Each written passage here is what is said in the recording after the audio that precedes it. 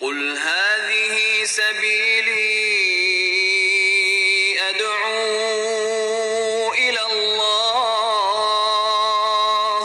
على بصيرة أنا ومن اتبعني وسبحان الله وما أنا من المشركين. Tata cara orang yang sholat yaitu dalam keadaan safar atau dalam kondisi sakit. Jadi saudara kaum muslimin, musafir adalah istilah dari yaitu safar, yang bermakna adalah wal khuruj, yaitu keluar, wal buruj, itu nampak, wa minhu isfarus sobah, itu diantaranya adalah yaitu terangnya atau keluarnya cahaya pagi. Li'annahu yabrazu wa yakhruj, karena cahaya pagi itu telah keluar. Jadi cahaya pagi itu telah keluar membelah keheningan malam. Ya. Makanya itu dia disebutkan itu dengan nama safar. Sehingga para ulama bahasa mengartikan safar itu adalah mufarakatu mahallil iqamah, yaitu keluar dari tempat tinggal. Ya, arti dari safar itu adalah seorang dia keluar dari di mana tempat dia berdomisili. Ya, inilah yang dinamakan dengan safar. Dan Allah Subhanahu wa taala menyebutkan safar ini di dalam Al-Qur'an dengan sebutan safar, ya, dan Allah juga menyebutnya dengan dorban fil ardi, itu berjalan di muka bumi, ya, sebagaimana firman Allah, wa in kuntum mardaw aw ala safarin, ya, jika kalian dalam kondisi sakit atau dalam keadaan safar, ya. Demikian pula kata Allah, wa idza darabtum fil ardi, apabila kalian berjalan di atas muka bumi. Wa akharuna yadribuna fil ardi, ya, dan yang lainnya mengadakan perjalanan di atas muka bumi. Ya. Namun yang terpenting di sini, apakah dia safar itu? Orang yang musafir itu. Yang terpenting adalah orang yang musafir man faraqa mahalla iqamatihi. Orang yang safar itu adalah orang yang yaitu meninggalkan tempat domisilinya. Ya.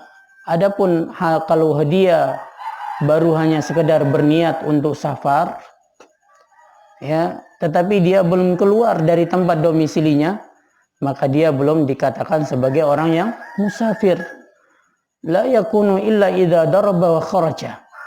Ya, tidak dinamakan safar kecuali kalau dia sudah berjalan atau keluar. Ya, oleh karena itu ketika seorang berniat ingin safar, dan safar ini diantara rukhsahnya adalah boleh bagi orang untuk tidak berpuasa. Ya, maka orang ini tidak boleh dia membatalkan puasanya kecuali ketika dia sudah betul-betul keluar meninggalkan tempat domisilinya. Kalaupun hanya dia sekedar berniat, maka tidak boleh dia membatalkan puasanya. Ya. Jadi saudara kaum muslimin, karena bisa jadi safar itu tidak jadi. Ya, dia berniat untuk safar ternyata nggak jadi. Ya, maka di situ saudara kaum muslimin, ini tentang musafir. Dan tidak ada batas di dalam syariat kita tentang berapa jauh jarak orang itu musafir dan berapa lama orang itu dikatakan sebagai musafir. Ya, sehingga dia dikembalikan kepada uruf. Uruf itu adat kebiasaan setempat. Ya. Saudara kaum muslimin, kemudian di sini wal marid, itu sholatnya orang yang sakit. Ya. Al-marid diddus sahih, yang namanya sakit itu adalah lawan dari sehat. Ya, dan kita minta kepada Allah kesehatan. Ya. Dan kata ulama, sehat ini adalah yaitu sebuah mahkota. Sehat adalah sebuah mahkota yang ada di atas kepala orang-orang yang sehat. Tidak ada yang bisa melihat mahkota ini kecuali orang yang sakit. Ya. Oleh karena itu Nabi mengatakan, jagalah sehatmu sebelum datang masa sakitmu. Jadi saudara kaum muslimin, orang-orang yang sehat atau kita ini sebenarnya diperlakukan seperti raja oleh Allah. Ya. Namun sekalipun demikian masih banyak di antara kita yang mengeluh. Ya. Jadi kata Syekh Muhammad bin Shalih Al-Utsaimin, kesehatan adalah sebuah mahkota yang diletakkan di atas kepala orang-orang yang sehat. Tidak ada yang bisa melihatnya kecuali orang yang sakit. Jadi saudara kaum muslim, mari kita jaga kesehatan kita, itu dengan banyak-banyak taat kepada Allah Subhanahu wa taala.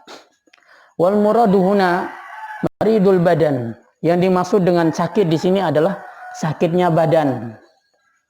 Ya, sakit badan, karena sakit itu ada dua. Ya, saudara kaum muslimin, sakit itu ada dua, sakit badan dan sakit hati. Penyakit-penyakit badan dan penyakit-penyakit hati. Penyakit badan ini pun ada dua, dan penyakit hati ini pun ada dua. Penyakit badan itu ada dua. Yang pertama adalah penyakit yang diharapkan darinya sembuh. Dan yang kedua adalah penyakit yang tidak bisa diharapkan kesembuhannya. Ya, misalnya orang buta sejak lahir. Ya, atau dia bisu atau dia tuli. Ini apa? Terkadang jarang. Ya, kebanyakan penyakit-penyakit ini tidak diharapkan lagi kesembuhannya. Atau sakit bertambah usia. Nah, saudara kaum muslimin, adapun ada sakit yang diharapkan kesembuhannya. Pusing sedikit, demam. Ya, kemarin demam, sekarang alhamdulillah sembuh. Nah, saudara kaum muslimin, kemudian jenis penyakit yang kedua adalah penyakit hati. Penyakit hati ini ada dua, yaitu syahwat dan subhat. Ya, penyakit syahwat dan subhat. Yang paling berbahaya dari penyakit hati ini adalah penyakit subhat. Ya, terkadang hati itu sakit, tetapi pemiliknya tidak menyadarinya. Ya, kenapa? Karena dia tidak merawat hatinya. Bahkan terkadang hati itu sakit, bahkan terkadang hati itu mati, namun pemilik hati itu tidak menyadarinya. Bagaimana tandanya? Ketika pemilik hati itu tidak merasakan sakit disebabkan karena melakukan perbuatan keburukan atau dosa-dosa. Ya. Buruk dia yang dia lakukan, tetapi senang dia, santai dia. Ya. Adapun orang yang masih sehat, adapun orang yang masih sakit hatinya, ya, jadi belum mati tetapi dia sakit. Begitu melakukan dosa enggak tenang dia. Ya, gelisah dia. Ya, tetapi ini apa? Sudah dosa dilakukan, enggak juga merasakan keburukan. Nah, jadi saudara kaum muslimin, apa kata ulama? Luka itu tidak akan pernah menyakiti orang yang mati. Ya.